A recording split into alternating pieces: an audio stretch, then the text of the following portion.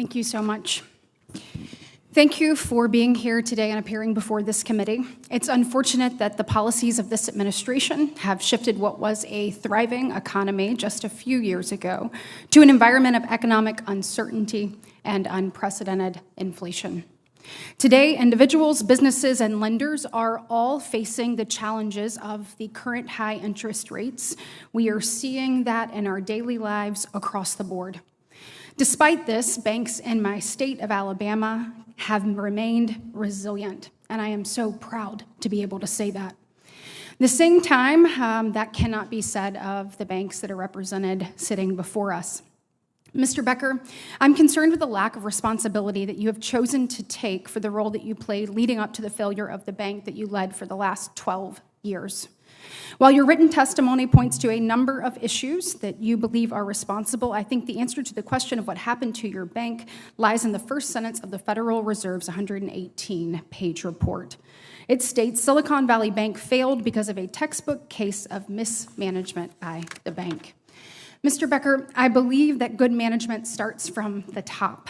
Given that you've spoken and spent the last 30 years really immersed in the banking industry and in this profession, you were actually CEO of this bank that grew to the country's 16th largest bank. So I think we can all agree that you're an expert in this field. Given your level of expertise in the banking industry, coupled with your longstanding familiarity with SVB and the individual client base, the risk controls, and the investments, it's hard to understand a scenario where you were unable to predict or see, or at least proactively consider what the impact of the changing economic environment would have on your client base and investment portfolio. Let me ask you this. At what point did you begin to see red flags with regards to the long-term stability of your bank? So, Senator, when the two questions, right? So capital liquidity, as I think about it, our capital was very strong all the way up until you can look at March 10th. And so that was validated by the regulators in several points. Liquidity is the other question.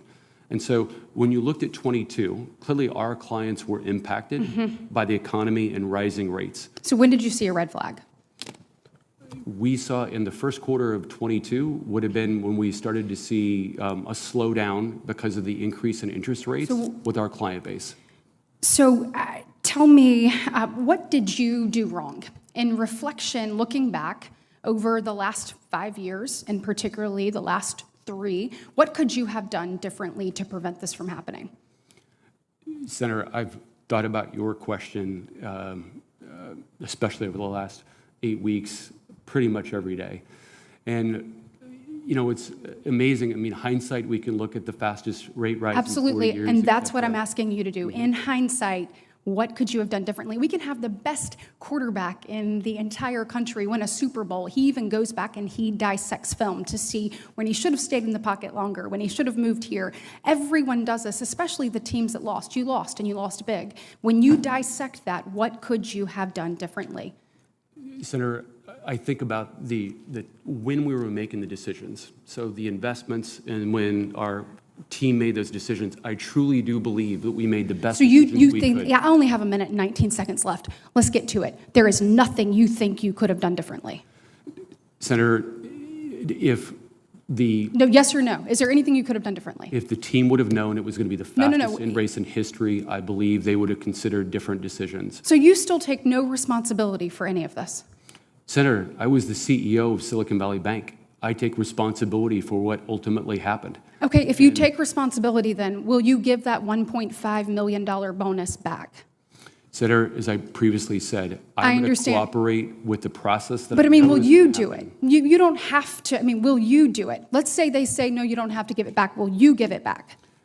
Because you said you care about your 8,000 employees and their families. You say you care about everything you've put everyone through. There are CEOs in banks all across this country that are having to pay up for your mistake. You said you went to Hawaii. Did you have a chance to walk on the beach, sit on the beach? And when you did you think about what you've done to these people? And if so, will you give back the $1.5 million from your FY 2022 performance?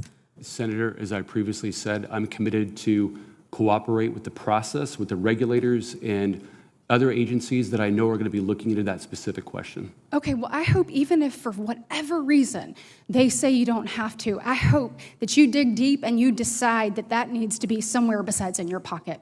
Thank you. Thanks, Senator Britt. Senator Cortez Masto, who's